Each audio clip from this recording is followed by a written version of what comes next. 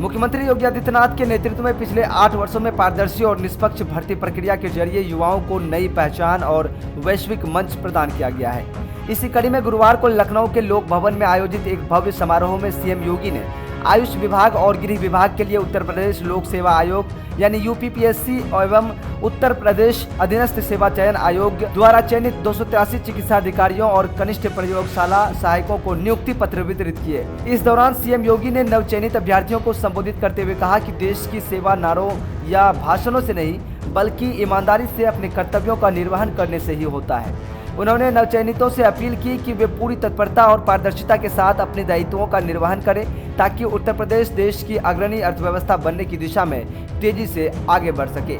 इस समारोह में उत्तर प्रदेश लोक सेवा आयोग और उत्तर प्रदेश अधीनस्थ सेवा चयन आयोग द्वारा निष्पक्ष और पारदर्शी भर्ती प्रक्रिया के तहत चयनित 283 अभ्यर्थियों को नियुक्ति पत्र प्रदान किया गया।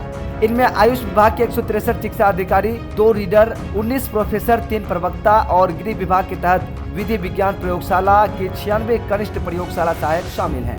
नियुक्ति पत्र पाकर सभी नवचयनित अभ्यर्थी के चेहरे खिल उठे। उन्होंने अपने अनुभव साझा करते हुए सीएम योगी की पारदर्शी और निष्पक्ष चयन प्रक्रिया की जमकर सराहना की। सीएम योगी ने इस अवसर पर यूपीपीएससी और यूपीएसएससी को शासन की मंशा के अनुरूप भर्ती प्रक्रिया को ईमानदारी से संपन्न करने के लिए धन्यवाद दिया और सभी नवचयनित अभ्यर्थियों को बधाई दी।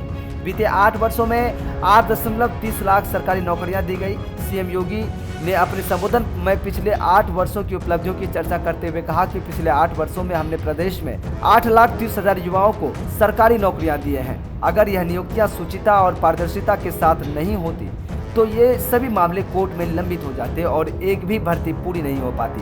उन्होंने कहा कि 8 वर्षों में 1,56,000 पुलिसकर्मियों की भर्ती की गई। 60,200 पुलिसकर्मियों की भर्ती प्रक्रिया हाल ही में पूरी हुई है और साथ ही बड़ी संख्या में शिक्षकों की भी नियुक्ति की गई है। अन्य विभागों में भी इसी तत्परता के साथ भर्ती प्रक्रिया को आगे बढ़ाया गया।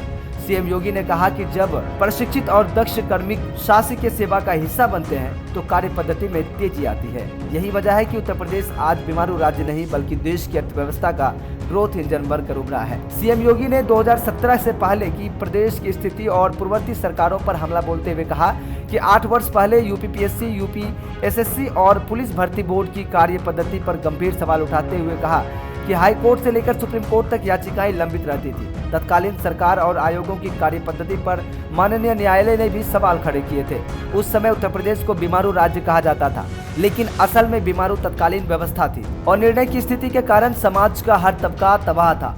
उन्होंने कहा कि आज सरकार की तत्परता, शुचिता और पारदर्शिता के परिणाम स्वरूप उत्तर प्रदेश नए भारत का नया उत्तर प्रदेश बनकर उभरा है, जो देश की अर्थव्यवस्था को सपोर्ट करने के लिए तैयार है। सीएम योगी ने आयुष विभाग में नियुक्त चिकित्सा अधिकारियों को संबोधित करते हुए कहा कि आयुष, आयुर्वेदा, होम्योपैथी और अन्य पारंपरिक चिकित्सा पद्धतियां भारत की प्राचीन विरासत का हिस्सा हैं। सीएम योगी ने नवचयनित अभ्यर्थियों से अपील करते हुए कहा कि नियुक्ति पत्र मिलने के बाद यह न सोचें कि ड्यूटी न करना आपका अधिकार है। जैसा करेंगे वैसा फल पाएंगे। देश की सेवा नारों या भाषणों से नहीं बल्कि ईमानदारी से अपने कर्तव्यों का निर्वहन करने से होता है।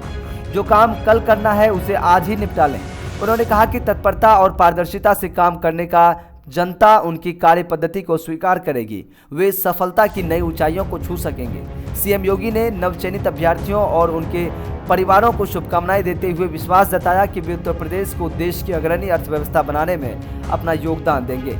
इस दौरान आयुष, खाद्य सुरक्षा एवं औषधि प्रशासन राज्य मंत्री डॉक्टर दयाशंकर मिश्र, दयालु, मुख्य सचिव मनोज कुमार सिंह, प्रमुख सचिव गिरीश संजय प्रसाद, डीजीपी प्रशांत कुमार, प्रमुख सचिव आयुष रंजन कुमार सहित कई गणमान्य व अधिकारीगण मौजूद रहे।